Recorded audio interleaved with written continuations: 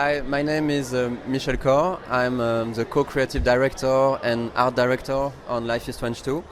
And I worked before on the same position on Life is Strange 1 and the awesome adventures of Captain Spirit. Okay. Hi, I'm Jean-Luc Cano. I'm the writer of Life is Strange, The Awesome Adventure of Captain Spirit, and Life is Strange 2. Und damit herzlich willkommen zu einem weiteren Video zur Gamescom 2019 auf Endboss TV. Bisher habt ihr ja nur die Hallen-Videos gesehen, jetzt geht's so richtig los und wir fangen gleich an mit einem absoluten Highlight für mich.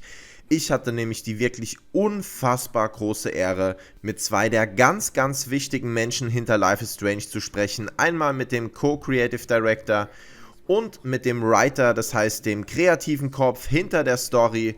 Und die waren schon dabei für Life is Strange 1 und auch für Adventures of Captain Spirit und jetzt eben auch für Life is Strange 2. Und ihr wisst ja, ich liebe diese Spiele und deswegen geht's jetzt los mit dem Interview, was ich hatte. Viel Spaß! 2 months. The Bureau put his profile out over 4 states. This is where I chose to be.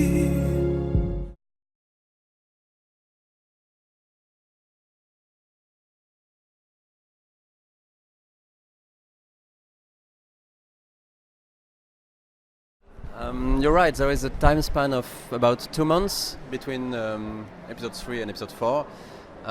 There has been this kind of ellipse between the previous episode also. Sometimes it was a bit less, like 3 weeks or 1 month, but there is still sometimes between each episode that's happening during the game, and you can see what happens if you read Sean's diary, where you have pages that he did draw during the wait time. For this episode, I think without spoiling too much, we can say, and you've seen part of that in the trailer, that Sean has been for a few weeks in a coma after his injury in his eye, and he wakes up in this hospital locked up because the police did find him, of course, and that's why he's in the hospital. And we have no idea of what happened to Daniel during those 2 months. So that's the basics of the beginning of this episode. Is Sean is all alone, is handicapped, is locked by the police, is interrogated by the police, he doesn't know where Daniel is, the police doesn't know where Daniel is, and you will have to find a way to escape and to go to search, rescue, to find your brother, to find where he is. And it will be a really harsh journey for Sean alone by himself, just to go back and find his family.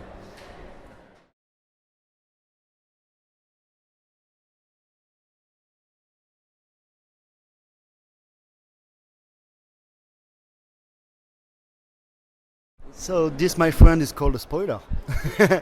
And we absolutely can't say what will happen in episode 4. But what we can say is definitely you will have a lot of things that happen that you won't have seen in the trailer. The trailer is only a part of what will happen in episode 4. There's a lot of surprises going through this episode.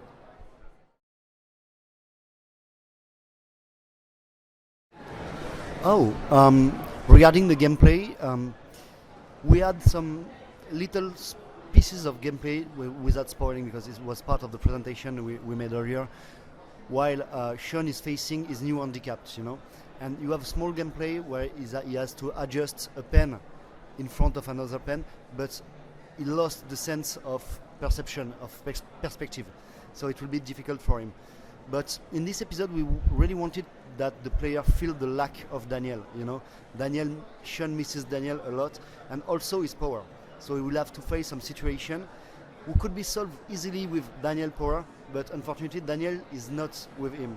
So we really wanted the player to feel the absence, the lack of his brother.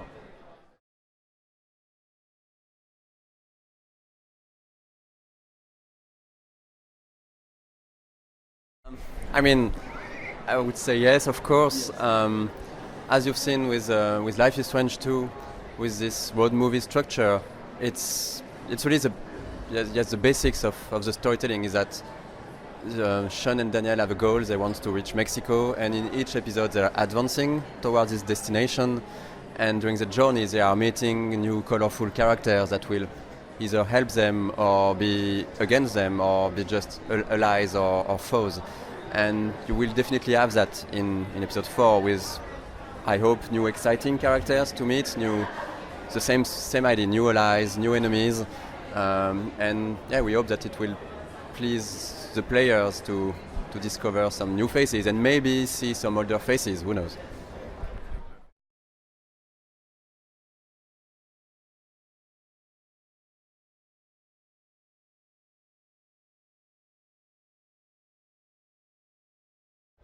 Yeah, as Michel just said, Life is Strange 2 is based on the road trip structure. So, in the first Life is Strange, was set all in Arcadia Bay. So, you are basically in Blackwell Academy and on a place but in the same town. We really wanted to change this in Life is Strange 2. That's why every episode is set on new location. You will see new panorama, new location, new characters. So yeah, of course, in episode 5 and in episode 4, it will be the case. You will see the brand new stuff.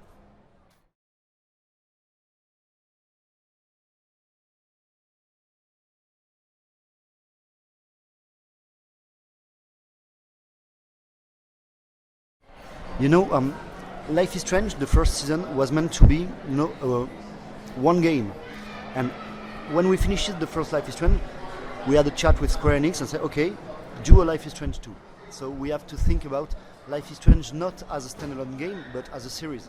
So we asked ourselves with Michel and Raoul, the other creative director, what is the real DNA of Life is Strange as a series? Is it Max and Chloe? Is it Arcadia Bay? Or is it something else? The rewind, the power of rewind. So we have the first, before thinking about the game, say, okay, what is the DNA of Life is Strange? And we figure out that the Life is Strange as a series is about relatable character facing social themes and society issues, and with a little bit of supernatural stuff in the top of it. So with these 3 pillars, in mind, we could have created the story of Life is Strange 2. And we really wanted to challenge ourselves and not to make another Life is Strange 1 in another town. So I'll let you continue because it's basically the idea of challenging ourselves. Yeah, I think it could have been also easy to use the same recipe of the small town and the mystery, and could have been great. But as creators, we already did explore a lot of those ideas, and we really wanted to be able to talk about new themes, new situations. And when we thought about this idea of those 2 kids being forced to flee from their home, to be forced to live as outcasts. First as outcasts because they are from a minority, they are from Mexican American, they are Mexican Americans.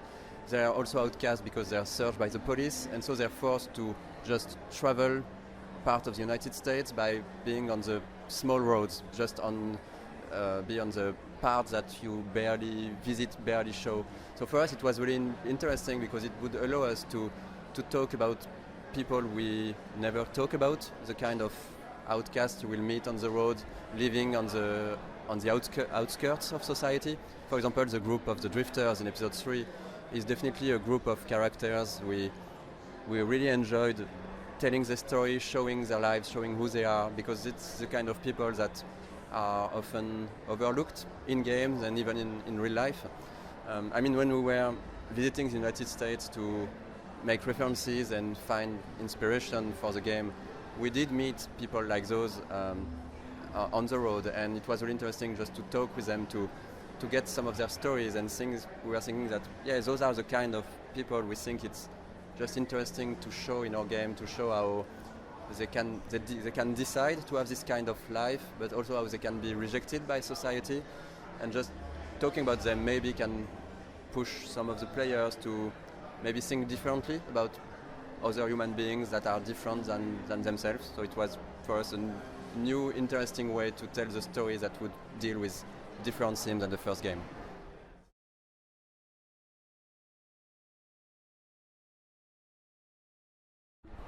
I think for me, as the writing part, the most difficult stuff was in the beginning, it was to write a story regarding that that using the road trip structure, because in the first Life is Strange we had this bunch of characters, and in every episode you can dig them.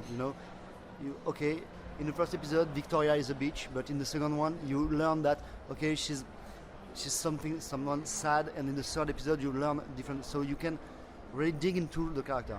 In the road trip structure it's really different, because you meet character in one area and you leave them at the end.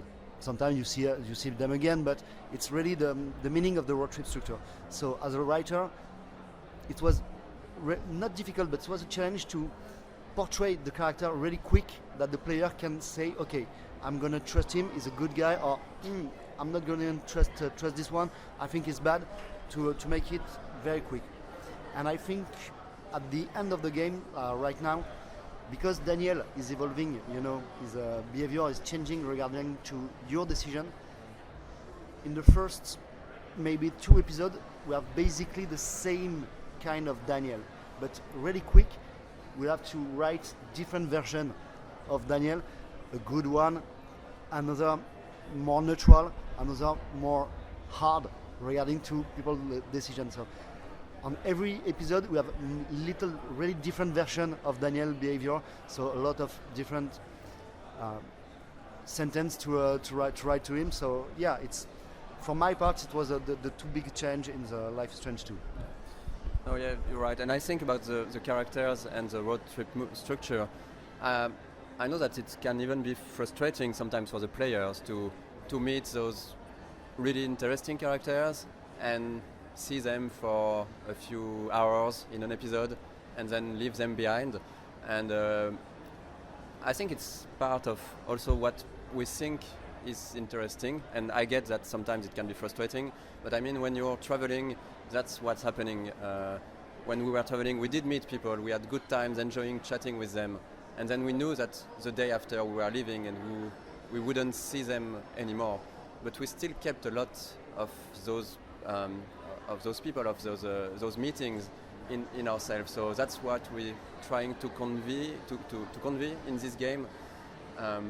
And I hope it's working. I know that for a lot of players it is. I know that some players are always sad that I want to see him again, But yeah, it was a challenge. It is a challenge, but I think it's part of something we wanted to have in this game. So we'll hope that in the end people will enjoy also having meet all those characters, even if it was brief, that they still get something from them.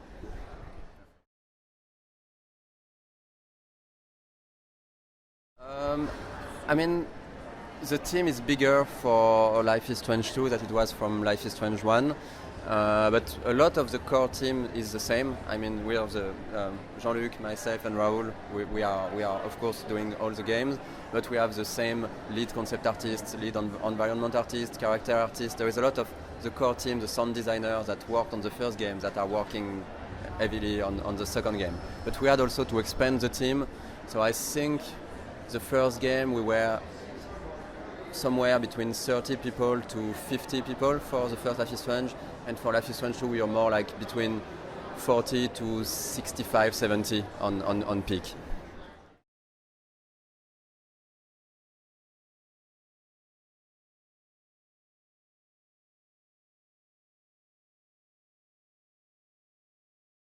I think it's too spoily, of course, and you will have to see what happens in episode 5 for sure. But what we can tell you is that there will be definitely consequences for the endings, consequences based on everything you did with Daniel. So yeah, I think it's not too spoily to say that. Yeah. But I won't say more. Thank you. Thank you. Thank you very much.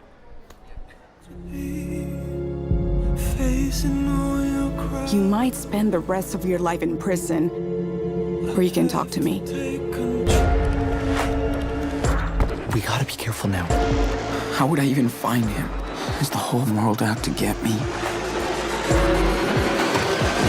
Nobody will stop me.